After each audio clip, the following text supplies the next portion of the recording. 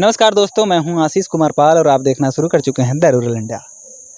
जौनपुर में शीतला का नींव में प्रकट हो जाना, उसके बाद तमाम ऐसे मामले आ रहे हैं, इस तरीके की वीडियो लोगों के सामने आ रही है। कहीं शीतला निकल रही हैं, कहीं माँ दुर्गा की आकृति उभर करके पेड़ों में आ जा रही है, तो कहीं हनुमान जी।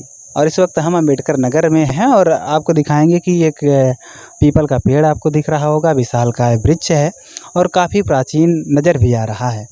इसको आप ध्यान से देखिए, इसमें एक छोटी सी आकृति, जिसको आप कह सकते हैं कि सिंदूर जो होता है उससे इसका लेप किया गया। उसके बाद ये आकृति थोड़ी सी अलग शक्ल ले चुकी है, इसका कलर बदल चुका है और इसे नाम दिया जा रहा है कि साक्षात हनुमान जी हैं। पिछली वीडियो में आपने देखा कि हम लगातार इस तरीके की चीज़ों को ही दिखा रहे हैं। 2 वीडियो में आपने देखा, हमने कहा कि हम डेंड्रोलॉजिस्ट यानी वृक्ष विज्ञानी से एक उनका वर्जन लगाकर उनसे बातचीत करके आपके लिए प्रस्तुत करेंगे।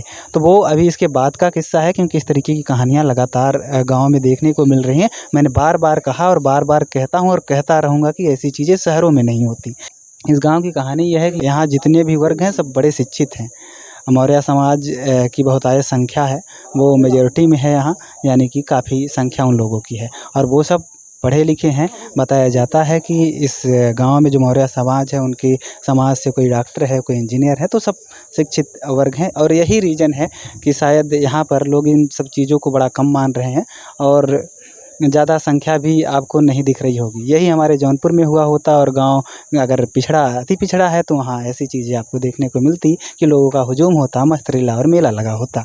तो हम यहाँ के लोगों से सीधे बातचीत करेंगे और थोड़ा सा समझेंगे। कुछ बुजुर्ग हैं हमारे साथ, उनसे बातचीत करेंगे, कुछ युवा साथी हैं उनसे बातचीत करेंगे। आपका हरिवंश मौर्य। हरिवंश मौर्य, तो कैसे देख रहे हैं आप इसको? ये चमत्कार है, अंधविश्वास है, पाखंड है, क्या है? देखिए, हर व्यक्ति का दृष्टिकोण अलग अलग होता है। जो जिस दृष्टिकोण से देखेगा उसको जो है वैसा ही दिखाई पड़ेगा। तो भाई, जो उनको हनुमान जी के दृष्टिकोण से देख रहा है उनको तो हनुमान जी दिखाई पड़ रहे हैं।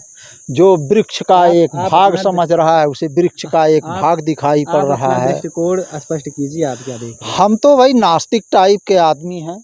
हम किसी धर्म में विश्वास नहीं करते हैं। हमारे लिए केवल एक धर्म है, मानव धर्म। सबसे मिलजुल के रहो, उचित व्यवहार सबके साथ करो, किसी चोरी मत करो, किसी गलत निगाह से मत देखो, सदा सत्य बोलो। इन बातों में मैं विश्वास रखने वाला व्यक्ति हूँ।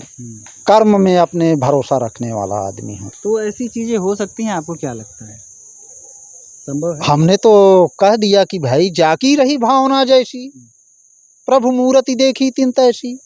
तो अपनी अपनी भावनाओं के हिसाब से सबको दिखाई पड़ता है इस संसार में।